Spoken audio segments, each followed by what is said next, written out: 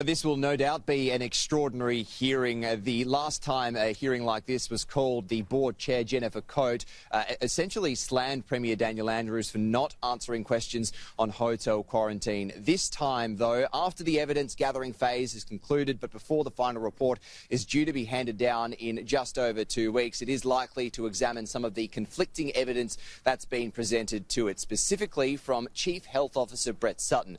Now, as part of his sworn evidence to the inquiry, Professor Sutton claimed he had nothing to do with the setup of the hotel quarantine program and specifically was not aware private security guards were being used until July, after the first outbreaks had occurred. But emails from the Department of Health indicate he was aware potentially as early as May, maybe even earlier than that. He is likely to be hauled back before the inquiry for a please explain with Jennifer Coate, no doubt keen to hear whether these emails were deliberately withheld from the inquiry. At this point, it is important to note that it is a criminal offence to deliberately mislead the inquiry. As well, this hearing comes after the inquiry seized the phone records of key government figures, all to do with this 6-minute window in which the Chief Commissioner of Police, Graham Ashton, became aware that private security guards were being used. Other figures who could be hauled back include the Secretary at the Department of Health, Kim Peake, former Health Minister Jenny Mikakos and Premier Daniel Andrews. The last two will be particularly interesting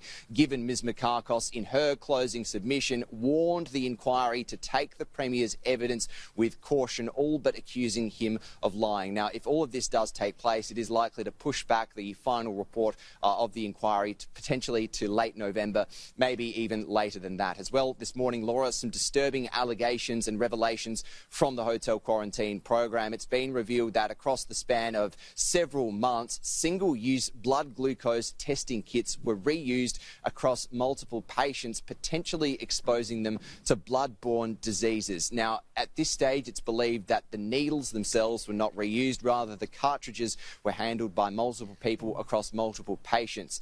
The risk of clinical infection is very low. However, 246 people are being tested for hepatitis B, C and HIV as a precaution.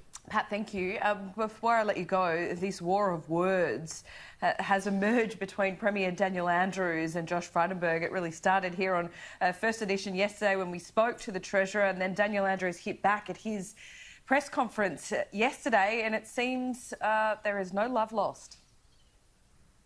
Yeah, that's right, Laura. This is pretty extraordinary as well. Up until yesterday, Premier Daniel Andrews had been very careful not to engage in any sort of conflict with the federal government, instead choosing to work with them and keep at least the public guise of a close relationship. But it appears that his patience has worn thin. The first shot fired on First Edition by Treasurer Josh Frydenberg, who accused the Premier of callous indifference towards business and making it up as he goes along with regards to his roadmap. The Premier responding by accusing the Treasurer of politicking and essentially saying that he's a Liberal first and not a leader. Take a look.